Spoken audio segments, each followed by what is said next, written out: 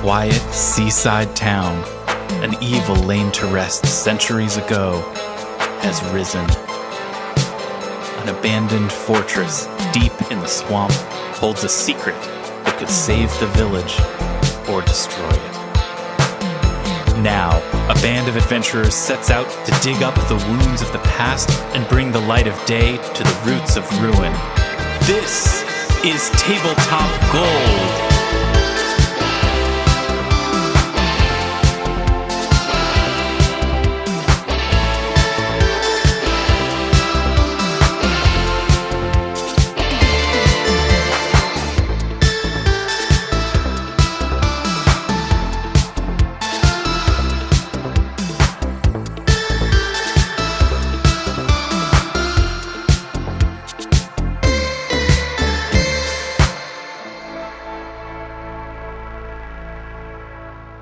Hello, friends, and welcome to Tabletop Gold. You're listening to another episode of The Roots of Ruin. This is going to be a great time tonight. And who is me? It's me. I'm Lars. Nice to see you. And I'm joined today by Armad Humphreys. Hey, good that time. Good that time. David the Tin Man Chernicoff. Good that time. You, Lars. Thank you. Robin Lange. Swell your time. Oh, that's like a, I feel like that's like a Southern aristocrats kind of Well, like, just swell. like you're sipping a mint Swell your julep. time. I say. Exactly. It's interesting. It registered to me as an imperative, like, swell your time. Yeah. Swell your time.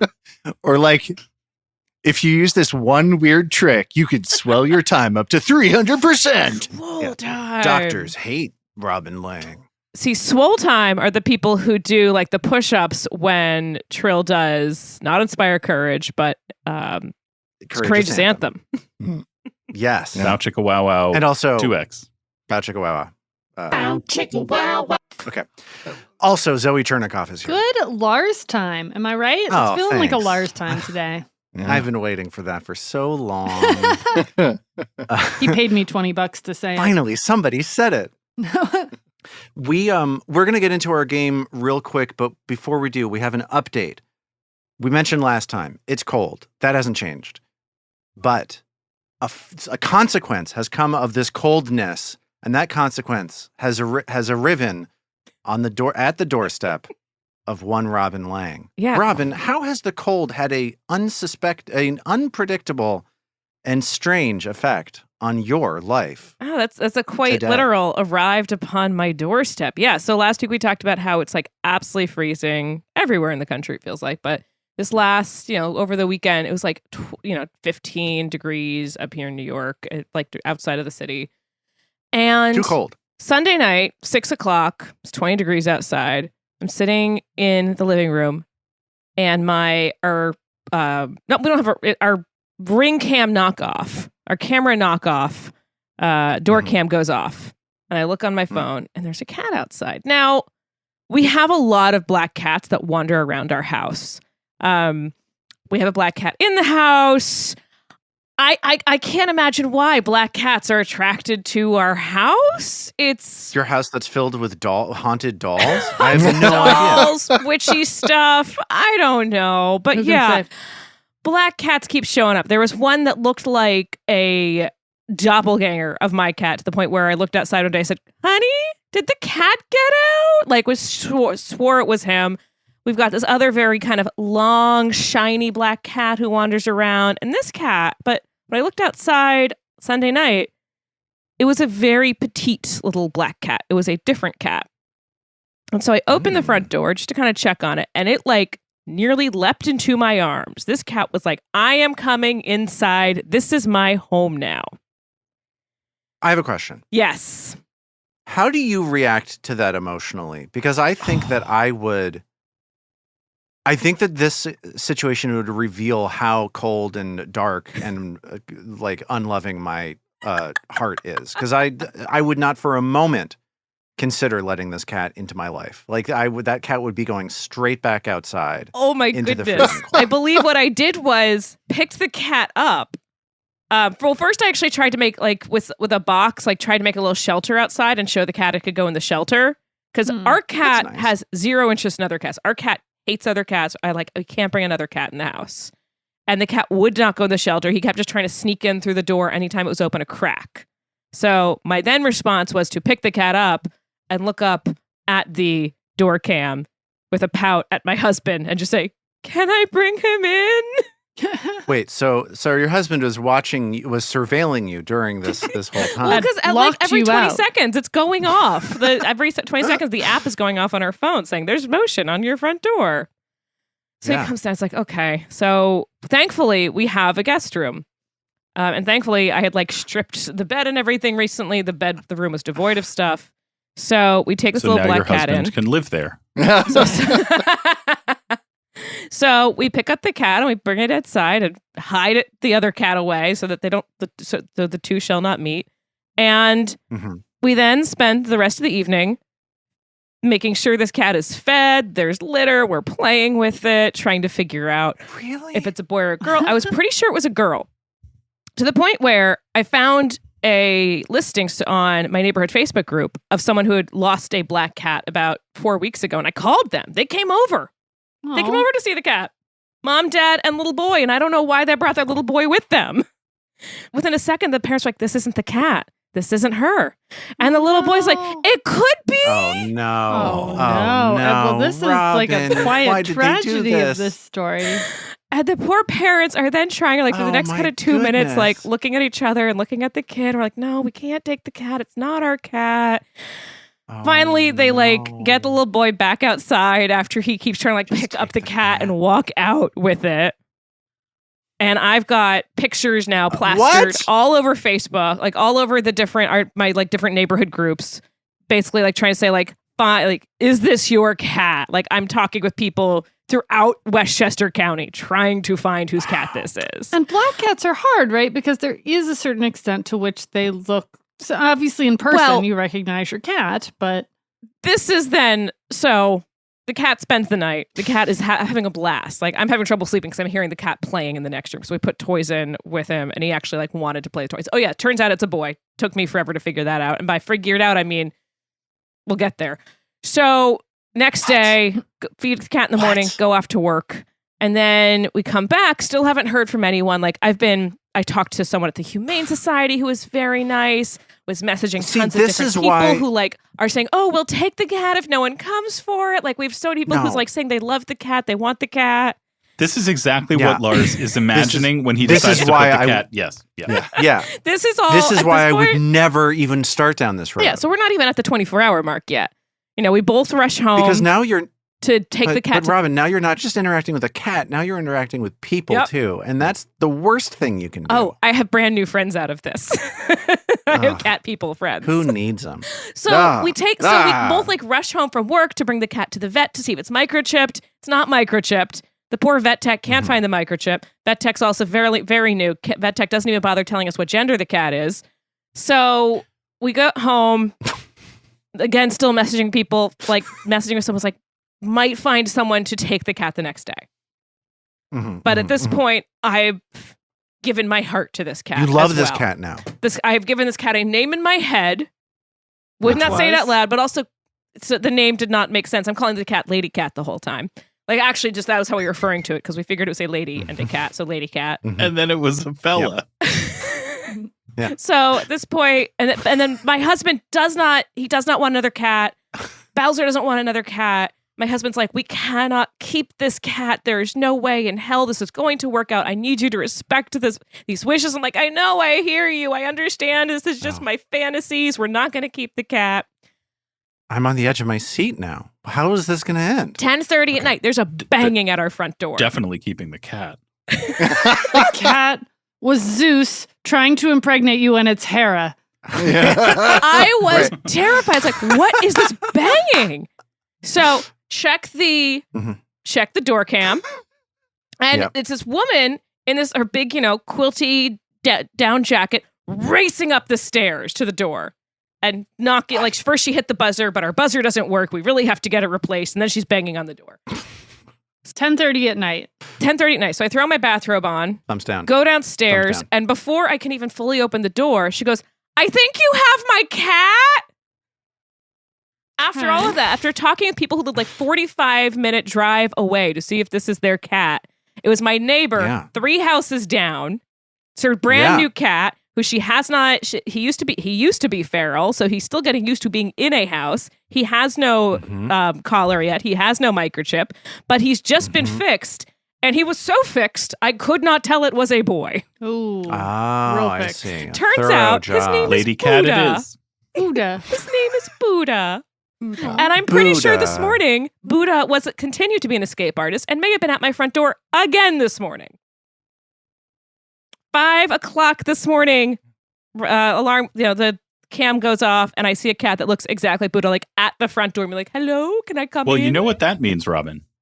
It means that in 3 days, your neighbor will come looking for him again. I don't have him this time. I did not get up at 5 a.m. to let him in. Now that I know that it's my neighbor. Right, he has a nearby warm spot. What's your take on this neighbor? Do Sorry? you think this? Do you like this lady? Yes. What's the story with this wait, lady? there was kind of an You do, immediate okay. ooh, I do like this person.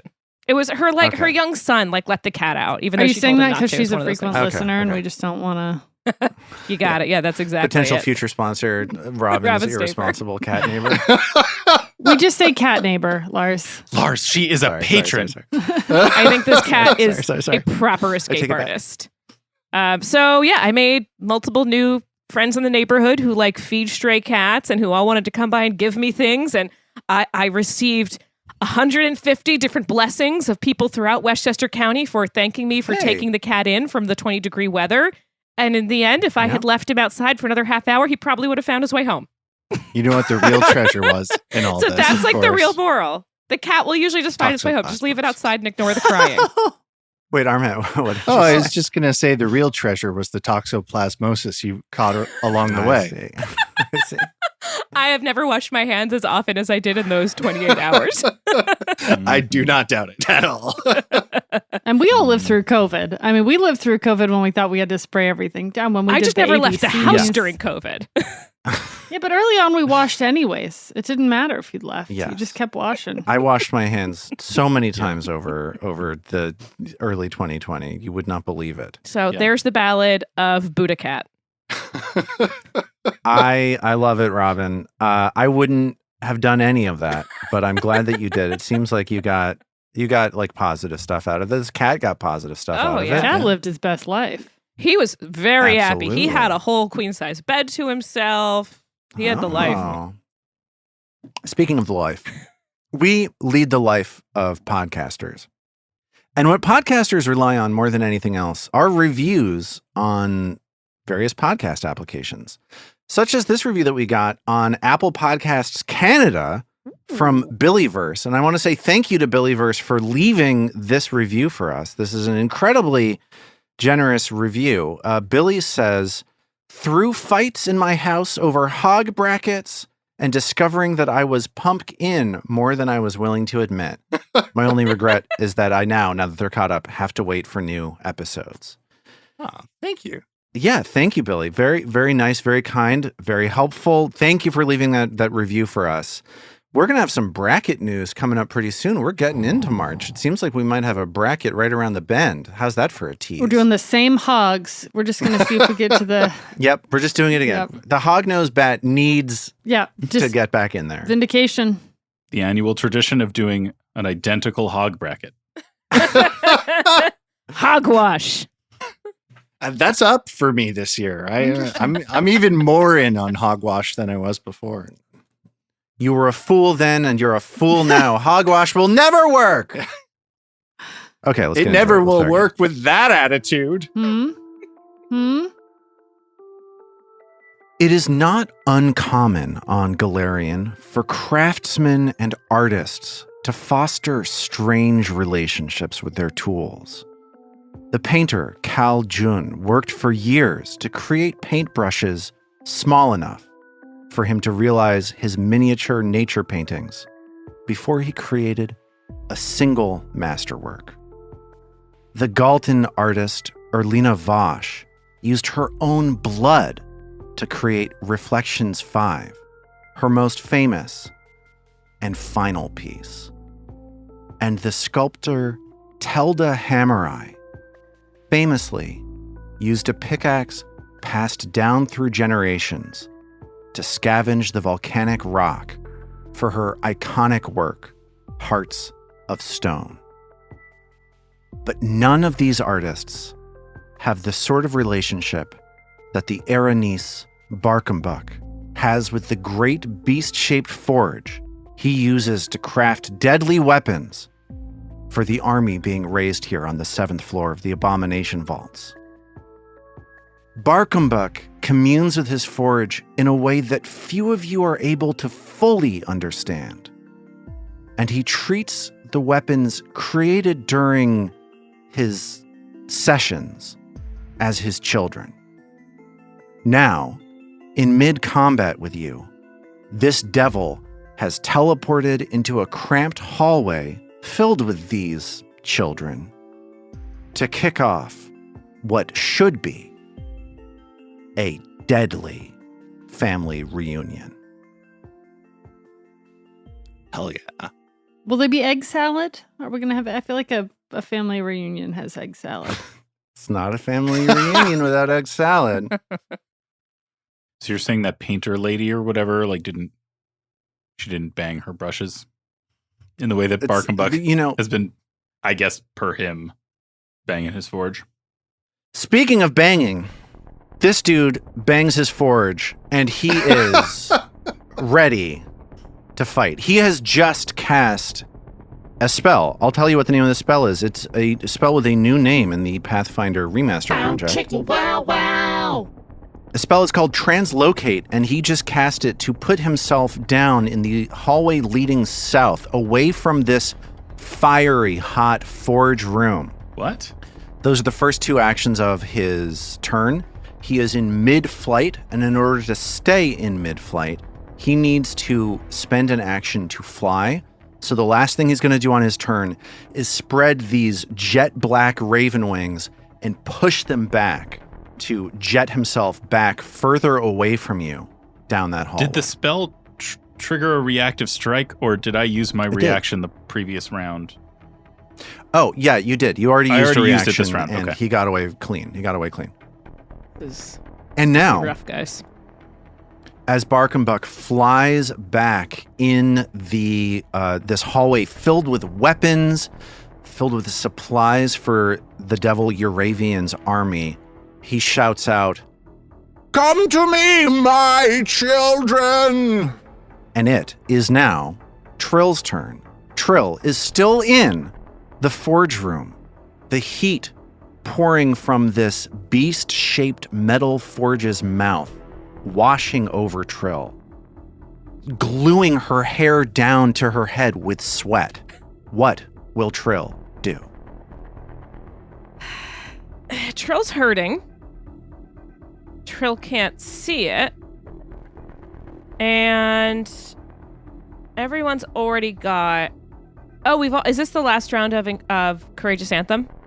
Courageous Anthem, it looks like will last for one more round, and then that's it. So everyone still has one more round of it. It'll be my next... I believe so. Okay, cool. So I believe so. don't need to do that then. Okay, well, I guess Trill's gonna move so she can actually see to begin with. And she sees Barcumbuk down the hall. He's way out of range for anything. So all Trill's gonna do right now, actually, is just soothe herself. Because if she takes another hit where she is, she could possibly be causing more problems than if she didn't soothe herself. Okay. Yeah, and I need to save, I think, my 3rd and 4th rank cast for actually being able to cast something that could do a bit more. So I have to just do first rank. Oh, no, it says rank now, 1st rank rather than 1st level. I just noticed that. Yeah. Bow chicka wow wow. So that's not going to be a ton, depending on what I roll. Yeah, that was 6 points of healing. That was not the best thing I could have done with my turn. But the good news is, at the end of your turn, the fear that was imprinted on you by Barcumbuk's fear spell at the beginning of this combat fades.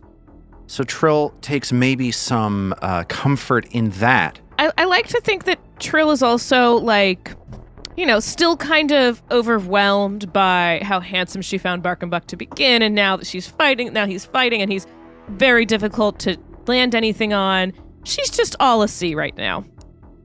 Star-crossed lovers. Barcumbuk and Trill. It is now Ao's turn. Ao is sickened 1, a little sick to her stomach. What is Ao going to do? I was holding the kukri, right? Not chompers. You were holding the kukri. You did like Ao has been doing amazing work lately of just cutting down lower level enemies, just like clearing the deck for the main event. But yeah, you just cut down this Barbazu pretty easily with your kukri, so that is what is in your hand. Just that this guy he went so far. Why did he go so far? Yeah, that was uncool, Lars. I wish he'd stayed closer. Yeah.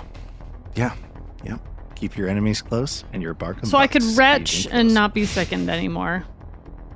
Yeah, you have to beat a fortitude save against the DC of the exploding of Tim, the exploding Grotholet, which means that you have to beat with your fortitude save you have to beat a DC 19. Okay. I think though in the moment there's goop everywhere. I'm not sure I'm not sure she's retching right now. I think she's kind of caught up. She's got this bloody knife. So I think she reaches behind her, whips out chompers, and like, not so fast, like fires off 2 quick arrows at Barcumbuk. Zoe, if I may. You may. Here's a little bow chicka wow wow. Chicka wow wow. One of the new things you can do in the Pathfinder remaster, you can interact to swap items. So instead of having to drop the kukri, you could, with one action, stow the kukri and draw chompers. Oh, that's all one. Great. Awesome. I'll take you up on that. Nice. That seems better. It is better. Thanks, Pathfinder. Thanks, Pathfinder. This makes up for my having to remember to say off guard all the time. Okay. She fires off 2 quick arrows down the hallway. Okay, 2 quick arrows from chompers. First is a 33. That's going to hit. This arrow managed to slip past the raven wings in front of Barcumbuk's face and connects. Awesome. That's 2 6s on 2d6 plus 3, so that's 15 points of damage. Okay. Some of Ain't that nothing. gets absorbed by Barcumbuk's diabolic skin, but you do feel yourself chipping away at his defenses. Your diabolic skin is so lame, she shouts, frustrated, and It is good. fires off a second arrow. That's just a 17 to strike. And that misses. So another arrow flies wide, as it is now Isthen's turn. Isthen has had some trouble getting things going this encounter. Ao and Isthen are like 2 sides of the coin. Ao has been brutally effective with taking care of the situation, helping everybody focus on Barcumbuk. Isthen has had trouble. Isthen spent a round clearing negative status effects. He spent 1 round trying to hit, wasn't able to get there. But now that Barcumbuk has slipped into range, perhaps this reveals something that Isthen will be able to do. So Armet, what's up with Isthen this turn? I think he's just going to charge in and try and get to Barcumbuk. So he'll stride twice because Barcumbuk's about 50 feet down the hallway, and then move behind him so Mag can potentially flank. And then he's just frustrated and is going to swing. Why don't you just stay in one place? Why don't you? And he's going to swing at Barcumbuk with a strike. Barcumbuk shouts, Thou thinkest this weapon can hurt me? I'm willing to try. okay, let's get it. 29 to hit. That hits. Yes. About time. 19 damage, 17 bludgeoning, and 2 force. All right, he resists a little bit of that bludgeoning, but the force goes through. Awesome. As you hammer at his back, in the small of his back, between where his angel wings meet his body. Yes. And with that, it is now Mag's turn. Mag is flying, sent to the skies by Trill's enchanting magic. But Mag is far away from Barcumbuk. She is on the northern side of this hallway, and Barcumbuk is down in the south. What is Mag going to do? Mag is going to follow Barcumbuk and hit Barcumbuk. So let's get the suspense out of the way for everybody. We're going to be eventually, in just a moment, we're going to be making some melee strikes. Okay. With my first action, I will swap the Earthbreaker for the Silver Hatchet. Ooh. I'm beginning to wonder, Mag thinks to herself,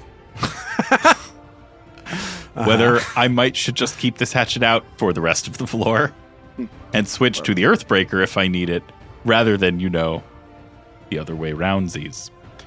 If I may, please. As Mag stows the Earthbreaker, draws the hatchet, she does see that the light catches the silver of the hatchet's blade, just as in the same way that it is catching a pile of silver sitting right next to the anvil.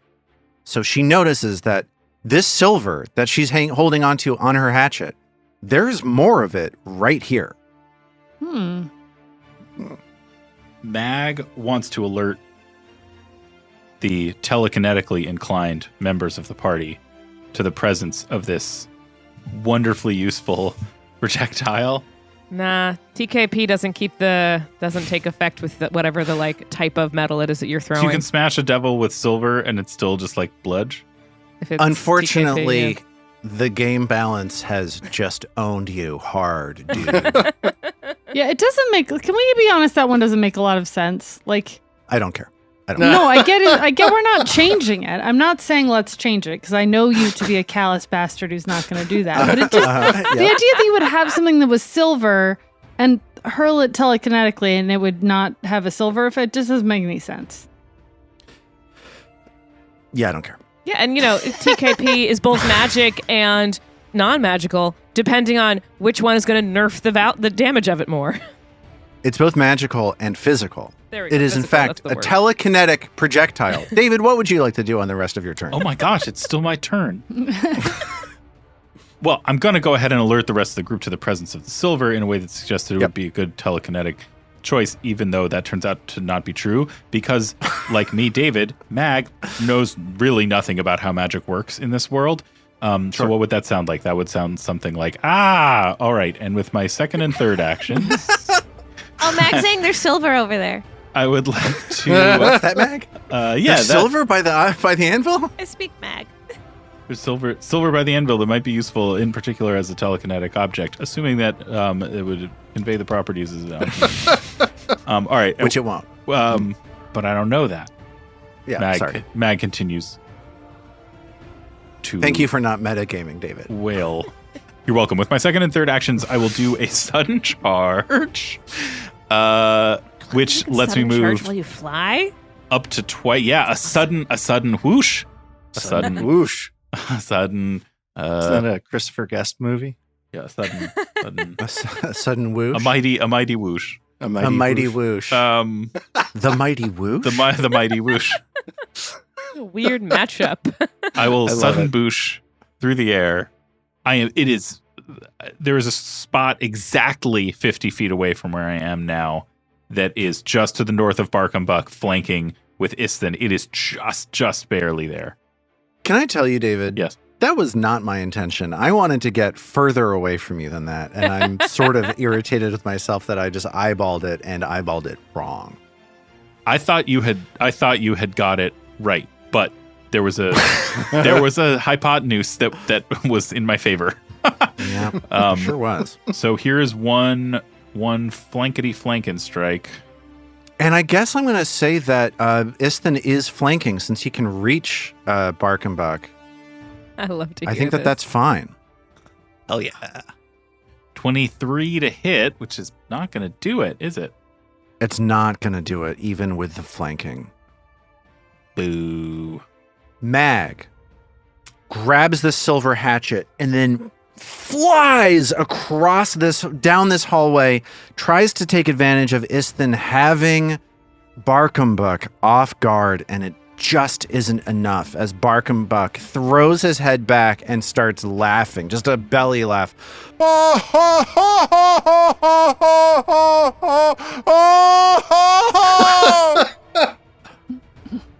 Wow, you got yourself. Look at that. How dare you? And it is now round 4. And here's the situation. Barcumbuk and Mag are in this hallway, flying over the bodies of various Dreshkins and Zebubs, flying past all of these crates filled with weapons and arrows and that kind of thing, while Trill and Ao are on the northern side of the hallway, Isthin in Barcumbuk's shadow. And here's what's going to happen. Barcumbuk reaches out with both of his hands and says, Fly, my children! Thou shalt find thine target in the hearts of mortals! And a bunch of arrows levitate up out of the various crates that they're stuck in, and he flexes his ample muscles, and one arrow flies towards Ao, one towards Trill, one towards Mag, and one towards Isthin. Well, at least it doesn't matter what metal they're made of.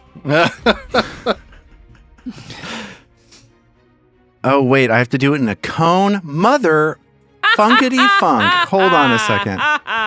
Okay. God. Okay, so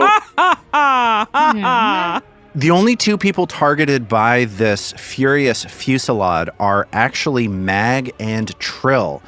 Trill is deep enough down into this hallway for her to get hit by these arrows as they are flying through the room. Does she have cover because of me? Oh no, I'm floating in the air. She does. She will have lesser cover. Her AC will be 1 higher for this. Woo-hoo. Let's get the strike towards Mag first. This is, as far as I'm concerned, a ranged attack, and as such, will trigger an attack of opportunity from Mag. I guess because it's a spell. Sorry, a reactive strike. Okay. It's not a spell. It's an ability that has him making a bunch of ranged attacks. Got it. So the moment these arrows start flying, you can attempt to strike if you'd like. All right. So that's a 3 to hit, so that's not going to do it. I think Mag is still getting used to trying to make strikes while in flight. Like she's now able to get around from A to B okay, but the balance and the weight and the, all of that stuff and lighter weapon than before, and it's just not connecting. Yeah, I mean, maintaining your balance, maintaining your poise as you're flying in air, suspended by magic, doesn't seem easy to me. I would say Mag's poise is also suffering with each of these misses. Yes. So the first of these arrows flies toward Mag with a 29 to hit. Yeah, that'll hit. And you notice as these arrows fly towards you, fire curls around it. A fiery arrow. That's 20 points of damage, a mix of piercing spirit and fire damage. Ouch. And this next arrow flies out towards Trill. That one is a 4 on the die. Probably not going to hit. A 24. So because I've got that lesser cover and I'm +1, yeah. Right? So Trill's AC is 24. Yes. Nice. Not yes for us. Nope. Tie goes to the roller, right? Tie goes to the roller. So Trill's going to get pelted with damage also. A heinous damage roll I just did. 24 points of damage, 16 piercing, 2 spirit, and 6 fire. Trill's hurting, guys. And that is it for Barcumbuk's turn. Trill, how many hit points do you have, Robin? That's a great question. Trill has 15 hit points left. So she's still up. She's still up. She's still up, and it is now her turn. What is Trill going to do? So, Trill's going to go braid Barcumbuk's hair. No, Trill is going to... Nobody touches mine hair. I can even call them locks, I bet. Mine glorious locks. These locks of hell will not be touched by thee. That's pretty good. Trill's in a tough spot. Yeah. She's sickened, which means that her DCs are all going to be lower. Her spells are less effective. Oh, crud. So yeah, if you weren't sickened, that last attack would not have hit. Oh. Yeah. Dang. Every plus or minus 1 matters. Well, Trill's going to attempt to, hurl this up. So I have to... So that's a fortitude save. Okay. And you're trying to beat a 19. That did not work. She's still sickened. Okay. That was a 14. Oh, that stinks. I was going to do a spell. And he's more likely... Well, I'm going to try it anyway. Let's do this, guys. This may be Trill's last moment till she takes a little nappy nap. But Trill's... nappy. A little nappy nap. Someone's going to get her back. I have faith. Trill's going to attempt... I know this guy's going to have a really good fortitude because he just feels very strong. So I'm trying to find something that targets anything other than fortitude, which leaves me with Phantom Pain. So let's see if I can sicken this guy. Let's see if Barcumbuk can get sickened. Get a little taste of his own medicine. What's the range on Phantom Pain? Yeah, it's a 30-foot range. Okay. So I'm exactly in range. I'll allow it. I guess it's kind of wonky with him being up in the air. But I think your thing had a 30-foot range as well, so. Or was it cone, so actually. I don't know. I figured we both had 30 feet range. So that's why I figured it's going to be okay. Totally did. Yeah. What was that? Yep. Yeah, you're right. Because what has a 35-foot range? This one ability does. Furious. It's so weird. It says it does it in a 35-foot cone. It's so strange. That is weird. Okay, so here is Phantom Pain. So he's got a beat. I can probably beat this, but I'm going to try it anyway. A 24 will DC. Okay, I'm going to give you information you didn't ask for. Will is Barcumbuk's worst save. That's what I was hoping for. I felt like he was just so, such a blowhard that his will was going to be his lowest. So you've got a chance. Okay, you've got a chance. This is a DC 24. It would be DC 25 if you were not sickened. So that's why I'm rooting I tried hurling. Yep. For 25. Let's see what happens. Oh no! A 2 on the die. A 19. Amazing. So, and you know what I'm going to do there? That felt good. Yay, Trill did something helpful. Okay, so what happens to me? So, it's a failure. So you're going to take full initial and persistent damage, and he's sickened 1. So let's roll that damage. You're doing this at what spell rank is this? This is just level 1. Okay, so this is not going to be a ton of damage, but that sickened is big time. That's mainly what I was aiming for. And so it's just 5 damage, but I really am glad that he's sickened now. Okay, all of that goes through as he becomes sickened, as he's like, as visions of just mental anguish invade his mind, and he looks like queasy, like he's about to throw up. Trill loves her trippy 70s rock to weird people out. It is now Ao's turn. Ao, still sickened. What will Ao do? With Mag hovering at the same height as Barcumbuk, does he have cover then? He's going to have lesser cover. His AC is 1 higher as long as Mag is between the two of you. Okay. Well, that doesn't seem terrible. I mean, famous last words. But, okay, Ao retches. I think maybe the lingering smell of brothlet flesh gets to her. Yeah. So she's going to try and get rid of her sickened condition. Okay. Fortitude save, DC 19. Another 14. It's a flavor retch. Yeah. And then wiping her paw along her mouth and an acidy taste still lingering over her incisors. Well described. She again fires 2 arrows off. I like this new move that Ao has where she just double pops constantly. Totally. 21 to hit. That's not going to do it. Not gonna do it, is it? How about a 23? That's also not going to do it. Yeah, well, just too much thrown up that round. Yeah. So Ao attempts to retch, lets loose 2 arrows slightly wide of their mark.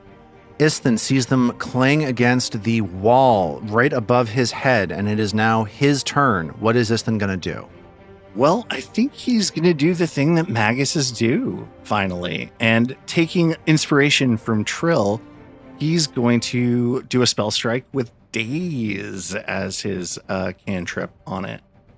We did this wrong in a past episode. If you miss with this attack, you still get the Daze going. It's only if you critically miss the attack that you lose the Daze.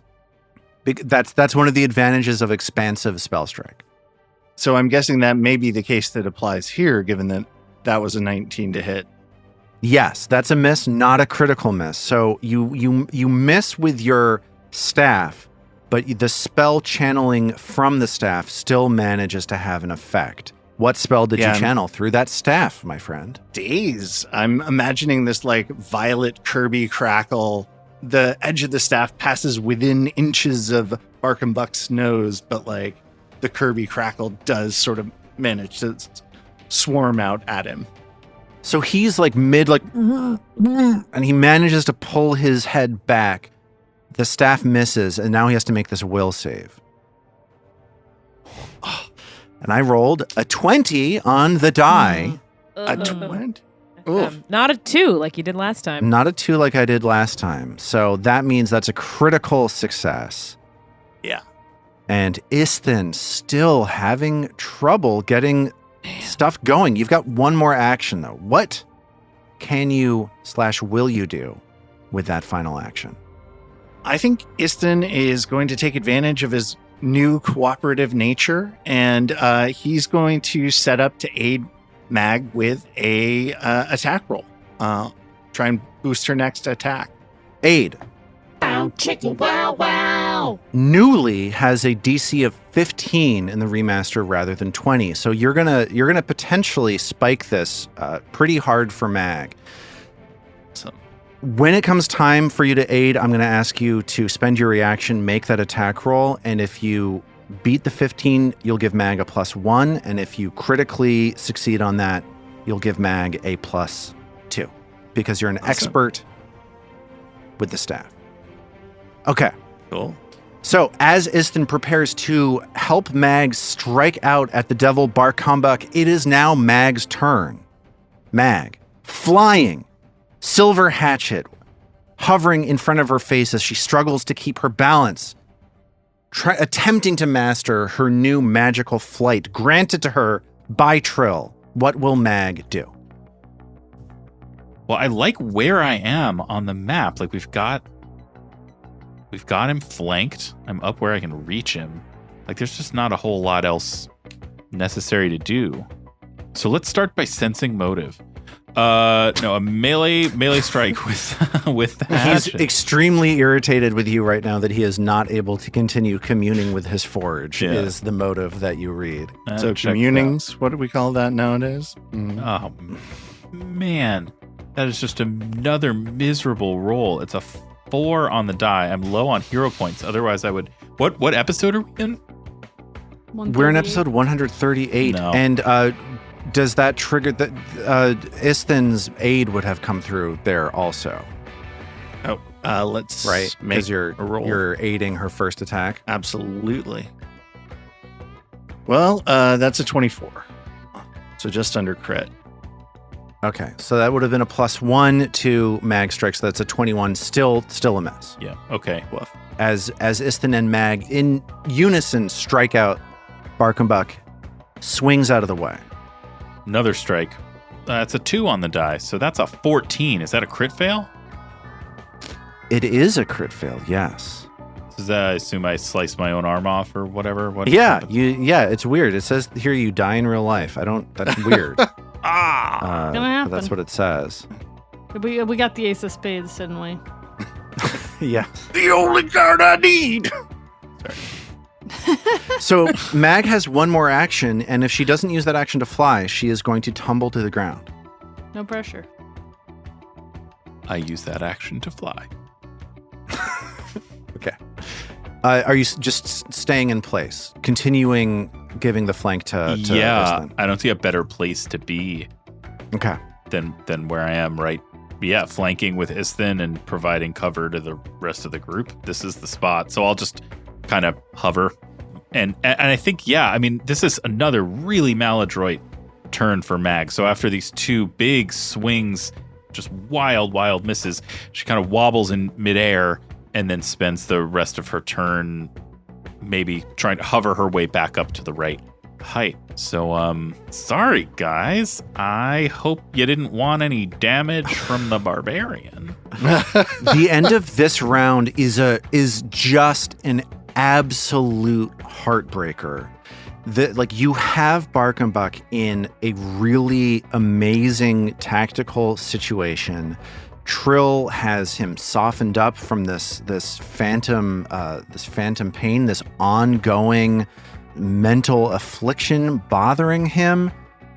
But it's just not your day. Just the dice are not working out for you at the end of round 4, which means that we are getting to the beginning of round 5. Islan and Mag are poised around Barcumbuk, ready to take him down, but the hits are just not coming.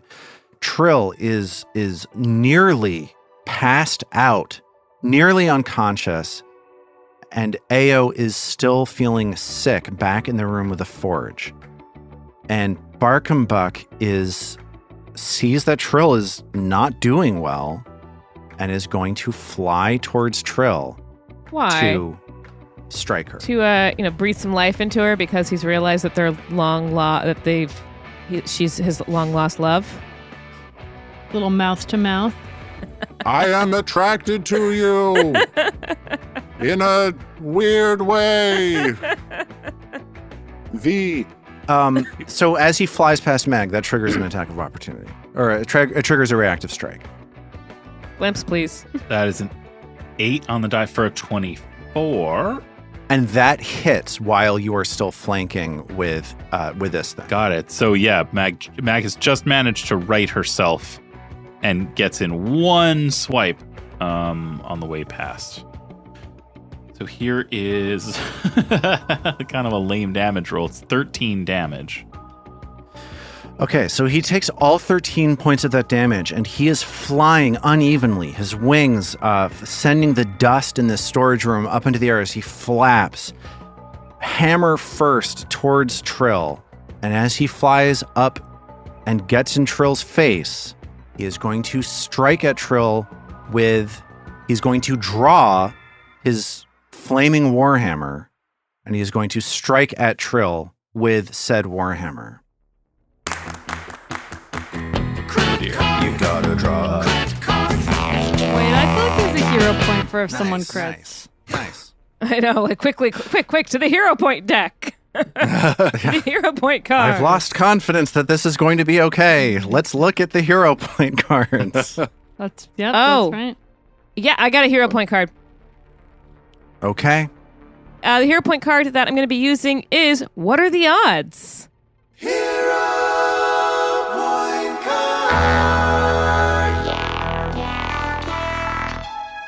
So this is from Rhett from Austin, Texas. Thanks, Rhett. Thank you, Rhett. Thank you, Rhett. The trigger is an enemy makes a weapon attack roll. So Barcumbuk has made his attack roll. That just happened. A clumsy arm raise, a stiff breeze, or a rumble from below knocks something loose above your foe. A piece of the terrain might fall on the enemy's weapon's arm. Roll a DC 11 flat check. On a failure, the enemy drops their weapon. Okay, here's what happens. He shot all of those arrows, his precious children, all around the room. He shot Trill his looks seed. up and he shot his seed. And Trill looks up and sees this arrow lodged in the wall, threatening to come loose and tumble and hit him on the hand to make him release this warhammer. So I'm going to make a DC 11 flat check. If I get a 10 or below, I drop the weapon. I rolled a 3 on the die. Thank you, Rhett! Clang, baby, clang. Awesome. It flatterty datters. Oh, that just saved Trill's life. So do I just lose the attack? He just drops the weapon. Gonna have to go down and pick it up, too. Fuck. They have medicine off. for this, you know. They have medicine for this. It happens to a lot of devils. Feel a little flaccid there? It happens to a lot of devils. It's nice to have the How episode dare you? title. No, it doesn't happen to me. It doesn't happen to all the devils, and it's not okay. I get what you're joking about.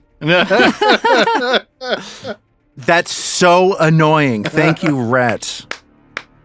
I cannot believe that. That was All right. awesome. I really, I mean, okay. That makes me upset, but I do like that it had that flat check associated with it. It wasn't just like an automatic, my monster sucks. It feels earned. Like It's a coin flip. It feels earned. Barcumbuk got a little bit of our luck this fight. Yeah. Barcumbuk looks at the hammer as it tumbles to the ground and he says, This never happens to me. and it is now Trill's turn. As he looks up at Barcumbuk, who is now only flying 5 feet up in the air. He had to get a little bit lower down, but she sees him looking down at the ground, scrambling to try to pick this hammer up. What is Trill going to do? Sorry, one thing I want to tell you, Robin, at the end of Barcumbuk's turn, he's going to take 2 points of mental damage. Yeah, so he's got that persistent mental damage. But now what is Trill going to do? Trill's going to look Barcumbuk straight in the eye. Say, I bet this never happens to you either. and is going to cast level 4 Force Barrage. Doesn't really matter between 3 and 4, actually, right? It doesn't matter. You can throw gold-plated ones at him with a 4, or you can just be normal with 3. I'll be normal with 3. Either way. Okay. She's using all 3 actions. Spending resources. Why not? And all 3 actions. So 6 Barrage comes to Barcumbuk, and that is 23 points of force damage. Whoa. Ooh. That must have been a heck of a damage roll. Bow. He gets pelted by force. And he takes all that damage and is still up. And you see his eyes flare golden as he looks at Trill. And he says, Thou hast made thine final mistake. As you hear the sound of the forge behind you just as flame belches forward from the forge. Jet black smoke pours all over the ceiling in the room behind you. And it is now Ao's turn. Remind me before I get upset, when I run down here and flank Barcumbuk with Trill, will he be flanked because he's 5 feet up?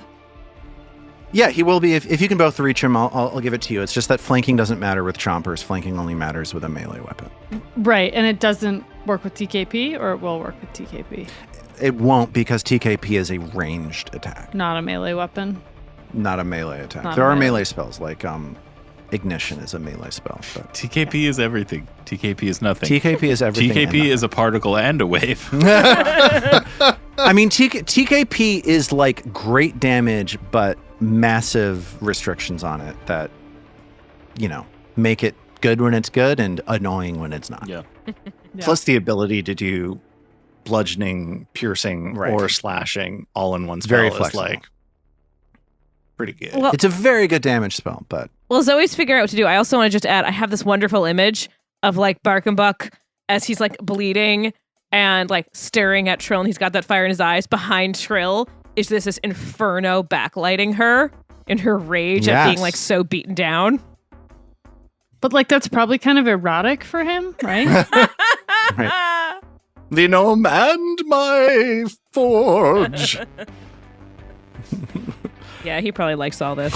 This is his kink.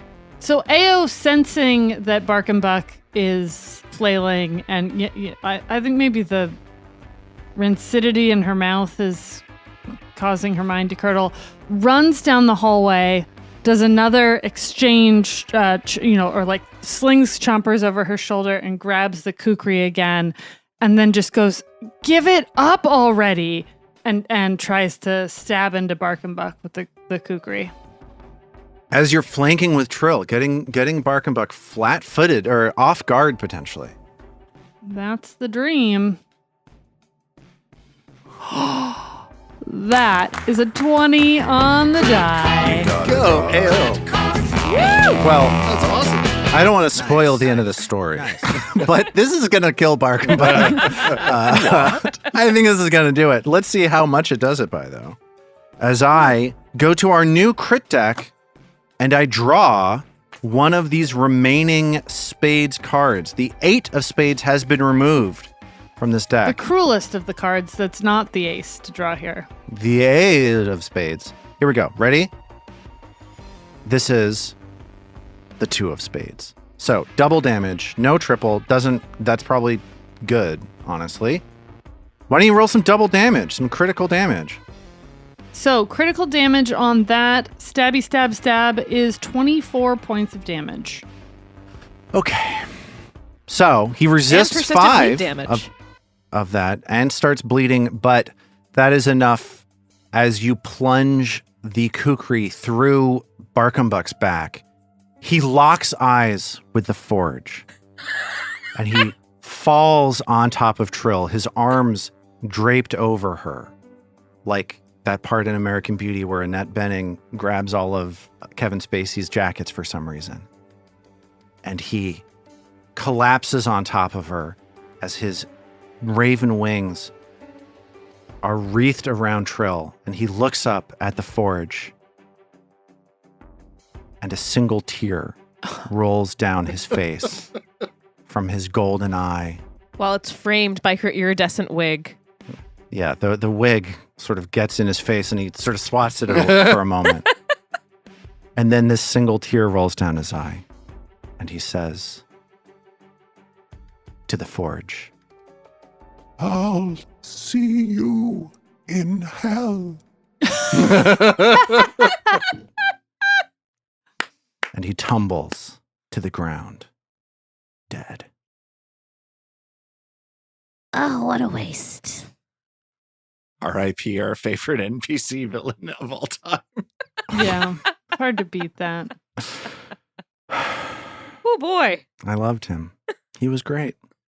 He was a real cool, normal guy. Trill, AO calls her. Are you okay under there? And she starts sort of like going to turn Barcumbuk's body off of Trill's. Trill's just like patting the muscles, like, oh, what a waste. What a waste. You got really hurt but then AO gets distracted because his face is flopped over and his mouth is fallen open, and she pulls in and grabs a molar. Sorry, Trill, you got really hurt there, right? Trill's like wiping blood off her face. She's like, yeah, I guess. I'll just lie right here.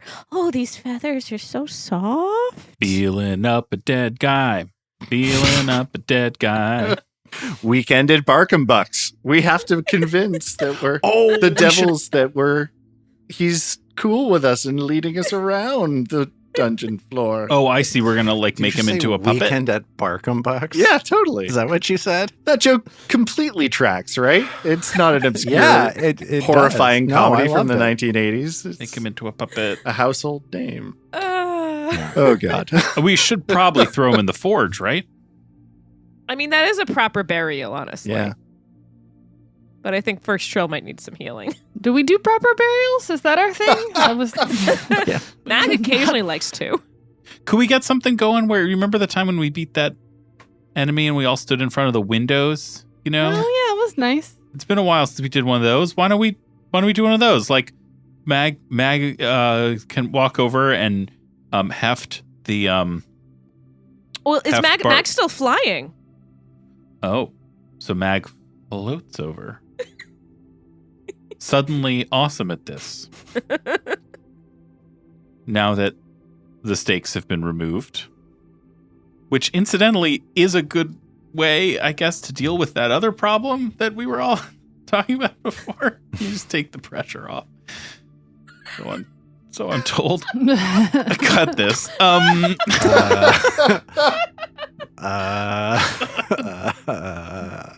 All right. So Mag, I don't know how to do it, David. I don't know how to do editing. I'm sorry. I can't. I'm still trying to figure out how to edit a podcast. I think I've almost got it. Just make that part louder. It'll blend in. Hopefully, I can only make things louder. That's the one thing I know how to do. All I know how to do is clip things into audio drops and then auto-tune them into 4-part harmony. All I know is how to make social clips of various uncomfortable admissions from the cast of this show and then put them on YouTube. That's all I know how to do. I'm sorry. I'm impotent. All right. So Mag, suddenly amazing at this, floats over and plucks Barcumbuk's, taut, glistening body off of Drill. And farewell, you weird old hottie. Thank you, Mag says. And floats over to the forge where she alights on the ground in front of it. I guess she gives a quick look into the forge because it gave a pretty almost like Half-Life-like response a moment ago. I know that was flavor fire and smoke, not mechanical fire and smoke, but I think it still would have made Mag interested in just taking a quick look at it before she gets involved. Yeah.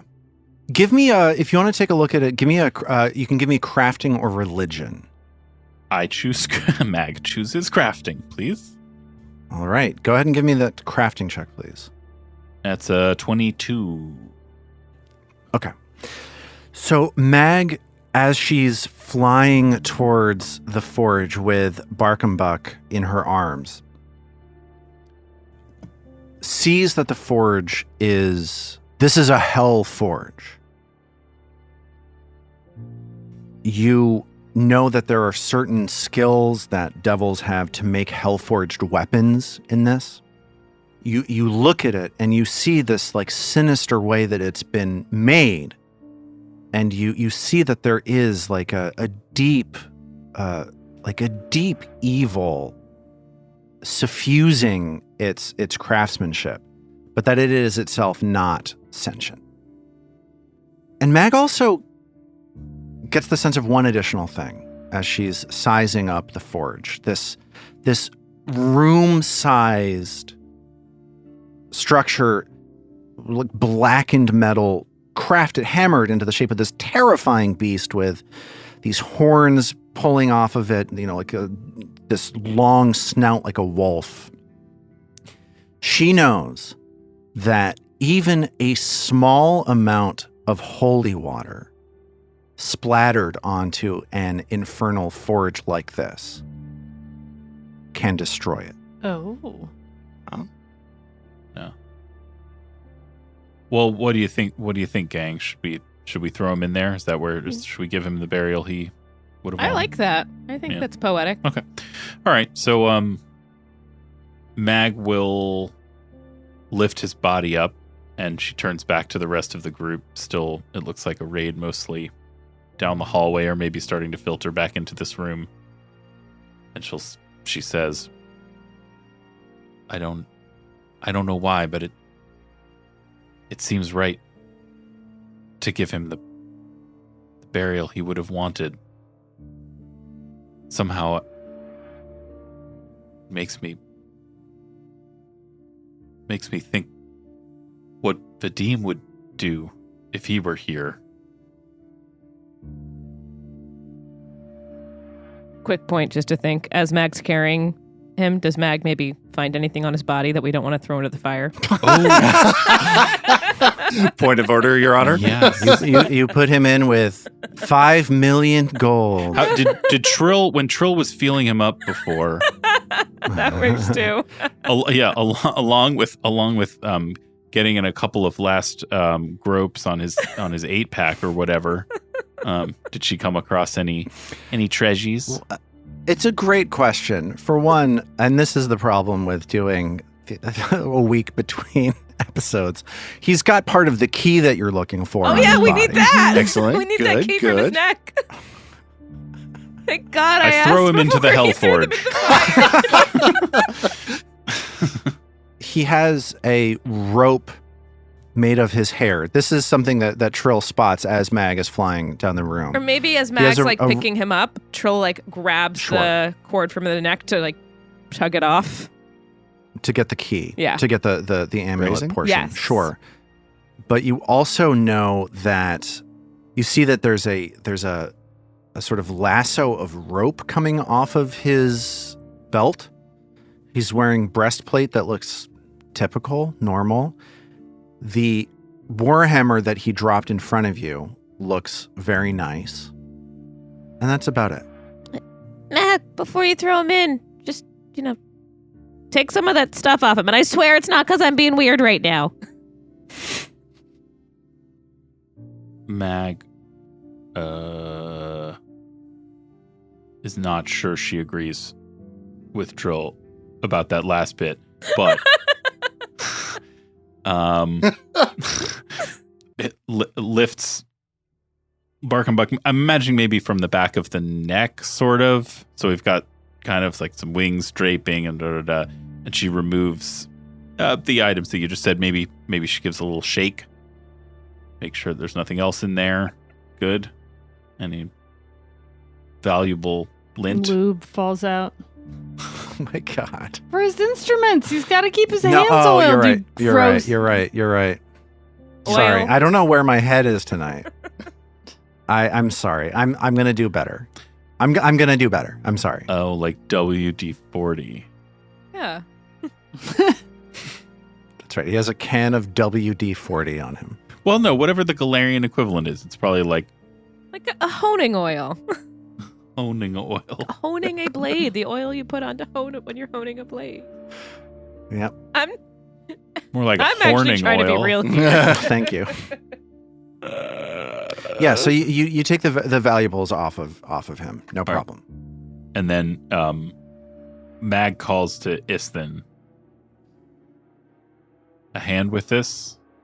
Oh. She doesn't really need the hand, but feeling like, Isthin dashes over and kind of awkwardly tries to grab the boots and lift, but Mag pretty much has it well in hand, and so shoving the wings, condensing the wings so that they're narrow enough to get into the chute. Totally.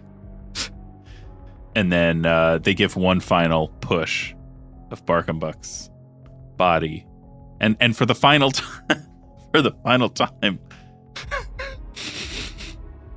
Barcumbuk enters his forge. You see his body disappear into the open mouth of this beast-like forge, and the fires within it burn Barcumbuk up with no fanfare, no anything. Ao quietly whispers to herself back in the room. Doesn't burn the teeth. Just the smell of burning wings and feathers. And I think there's something about the mercilessness of this, that this, odd, but living being had so attached itself to this infernal forge that it felt like they were in a kind of communion. But then in the end, it just consumed him utterly with no hesitation. That turns Mag from wondering about whether to leave it in place to feeling that it's best, that this is a fire best snuffed out. And so she reaches into the bag of holding and she pulls out a holy water, a canister of holy water or a bulb of holy water that's there. And she turns to the group. This will snuff this flame of hell forever. Anyone want to do the honors? Go ahead. There's something I need to get out of it when you're done. Ao was still staring into the fire in a really intense way. Now you can do the honors, Mag. Should somebody say any words first? Anyone have any? I suppose I could say something. Please. And Iston AO clears his sighs throat deeply. and puts his staff next to him and looks down and says, "You were a prick, and I'm glad you're dead." I think that covers it. And Mag tosses the holy water into the fort.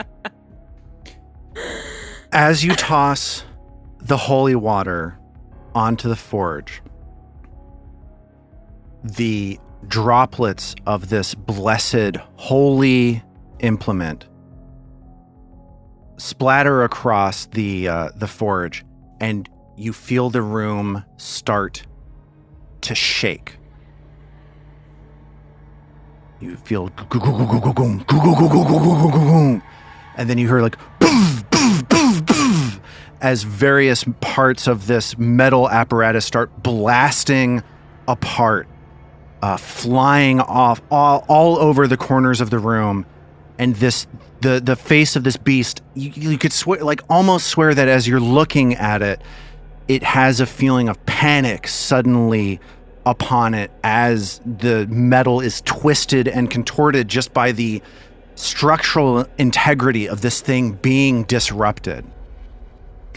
And it explodes, filling the room with 16 points of sonic damage, 13 points of... This is going to kill Trill? More damage.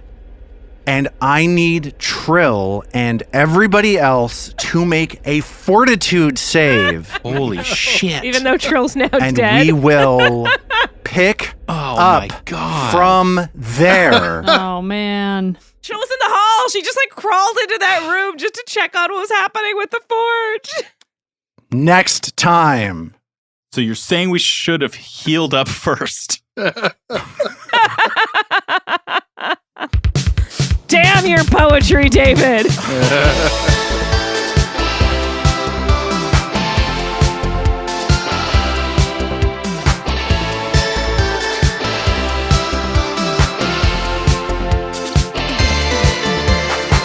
Roots of Ruin is a Tabletop Gold production produced under the Paizo Incorporated Community Use Policy, using trademarks and copyrights owned by Paizo that are covered under that policy. Paizo does not recognize, endorse, or sponsor this project in any way, and we are expressly prohibited from charging you to use or access this content. For more information about Paizo Inc. and Paizo products, visit paizo.com. All original characters and content in the Roots of Ruin are the property of Tabletop Gold, and all rights are reserved.